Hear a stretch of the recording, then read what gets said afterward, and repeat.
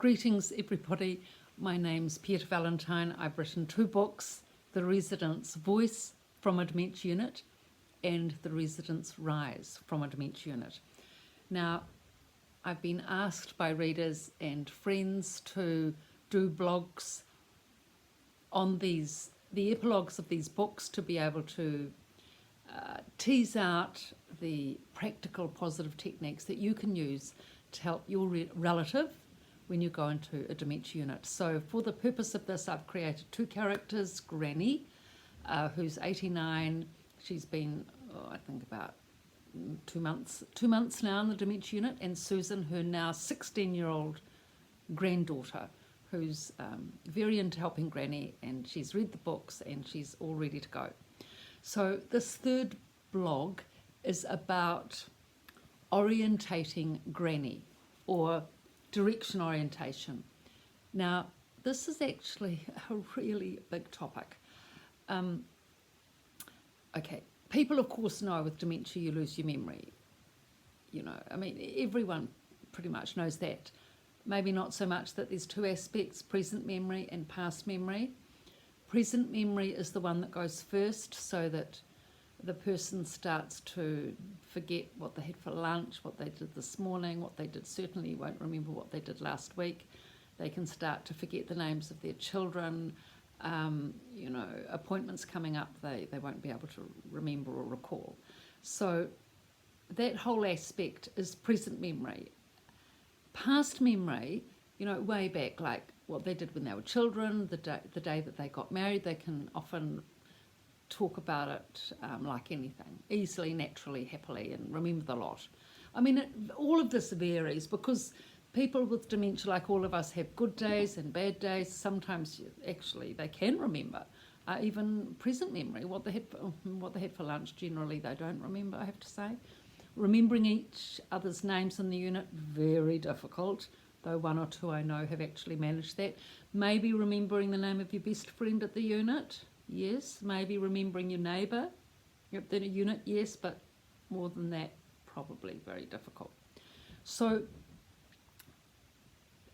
there's a whole range of problems and difficulties, of course, when your present memory goes, because, okay, so there's 2 aspects. If you're living on your own and your present memory goes, then there's the danger factor of, for example, leaving a pot on the stove and flames, or not as dangerous but very inconvenient if you leave the bath on and forget to turn it off and floods the house. So there are 2 big reasons for people living alone, for the relatives to take them to the doctor and reassess and see whether they have dementia. If the person is living with someone, of course it's going to be a lot easier because that person will cover their tracks, won't they? Mind you, they can get exhausted in the process, so that's another thing. But generally, if you're living with someone, the big reason, the big problem, one of the main problems that happens if you have dementia and you're living with someone is getting lost. So the partner, say for example the husband, he's in the bathroom, or maybe he's gone out to do the shopping or whatever, and the person or the woman, they may even climb out the window or go out the door if it's not unlocked, lose their way on the highway, picked up by police. So this direction orientation aspect is a big factor for people coming into the unit if they have been with a partner, but the danger factor of leaving something on the stove, etc., if they have been living on their own. Now, we'll just focus with the direction orientation now. In terms of people coming into the unit, I'd say a good third, maybe even a half, would have direction orientation problems. When they come into the unit, that can increase because it's a strange environment, nothing's familiar, they don't know anything of what's going on. So it can increase to, 60% of people having difficulty with direction orientation of, for example, finding their room. If the person is given training and assistance and with confidence building and advice and attention on how to get to their room, really, I reckon most people after 2-3, it's a long time, I know, lots of patients, 2-3 months of help, good good quality help. And a little bit more on orientating to, the seasons and the day of the week if you can, and the time, and all of those things help a lot in terms of orientation. Most people with that level of training, coming in maybe once a week, say, and helping them for an hour or so for 5, 6, 7, 8 weeks, it makes a significant difference. Even if they can't find their room all the time, if the staff also help along with this program, most people can find their room with this amount of assistance, which is actually incredible. So the way that you go about it is, for example, Susan's coming in now, 3rd visit with Granny. Granny's saying, oh dear, I'm having trouble finding my room.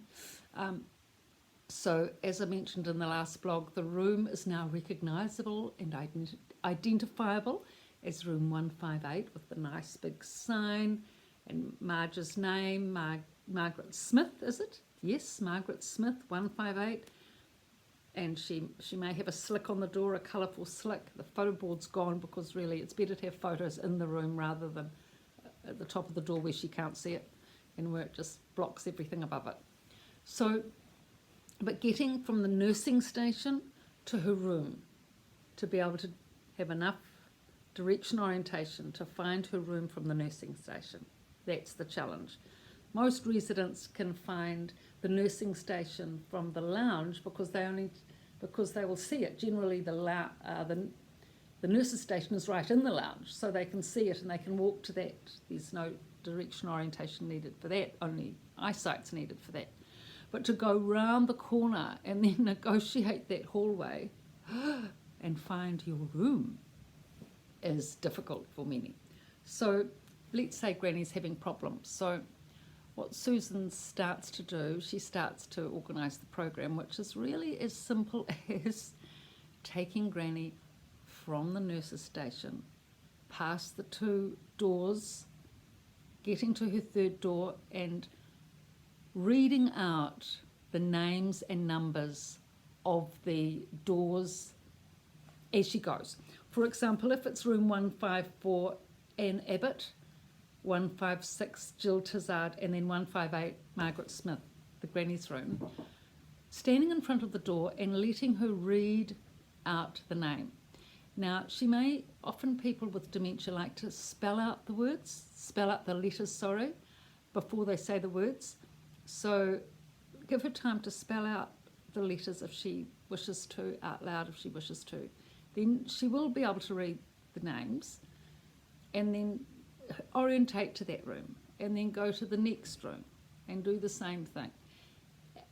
And when she gets to the 3rd room, she will then recognise it's her room because that's her name, Margaret Smith. So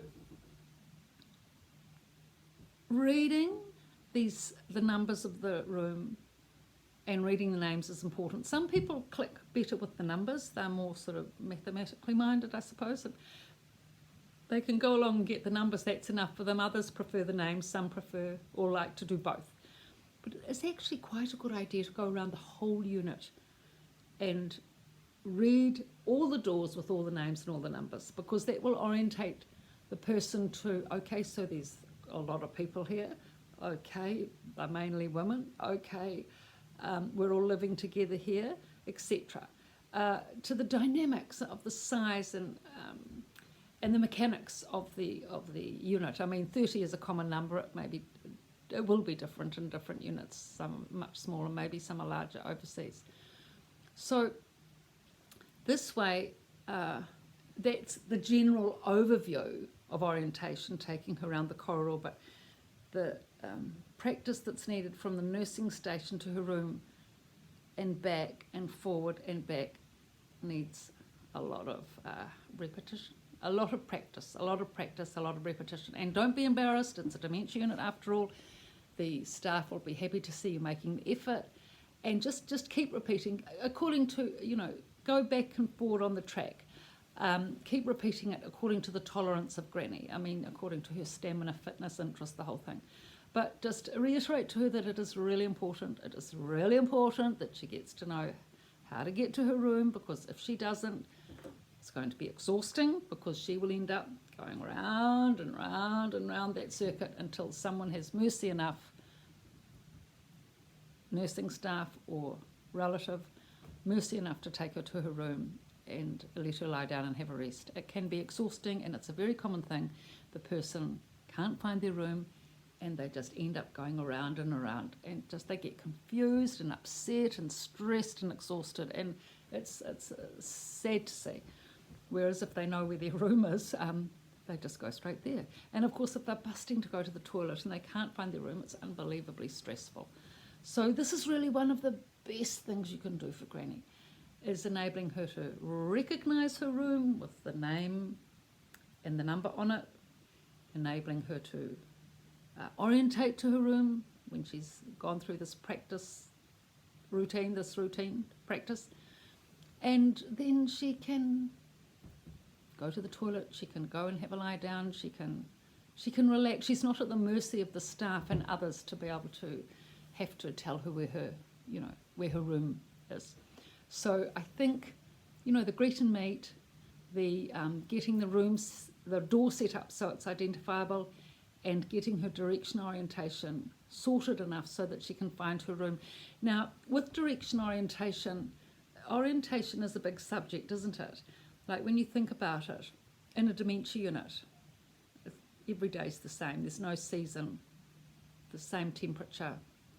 You can't see leaves. There's no leaves falling off trees in a dementia unit. The weather's the same every day. Everything's the same. The routine's the same. The staff are dressed the same. There's actually no recognisable factors to even orientate what day of the week it is. It's very hard to orientate. And as residents say, they need to be orientated to reality. Otherwise, how can they communicate? How can they think? How can they operate? So when you're with Granny, just, if lots of people find it hard getting, the day of the week even, or the month of the year, start with the seasons, and talking about the seasons and looking out the window and what season does she think it is, how the trees going, are they falling, are the leaves falling? Well, yes, autumn is it beautiful and sunny out there? Maybe it's summer. Because inside you really can't gauge it, because it's just like Mediterranean temperature all year round. So talk about that, talk about the time of day and the meals that are coming up, and the day of the week, and what the family's doing, and the weekends, Saturday, Sunday, what they're doing, and when she's getting visitors, what day she's going to get visitors, when your mother and father are going to come and visit, so that she knows, okay, so they usually come on a Saturday. Okay, so if my daughter's coming on a Saturday each week, then I know it's Saturday. So that's one day of the week at least I know, and working from there. So all of these things help the person orientate to time, place, space, etc. And that works that cognitive aspect of the brain, which also helps with direction orientation and getting to the room. So it's sort of one part of one big subject. So now that you've done the meet and greeting, now that Granny's getting to her room, she's happy and settled and everything's going well, you can relax a little, and we'll just think about what the next blog is going to be.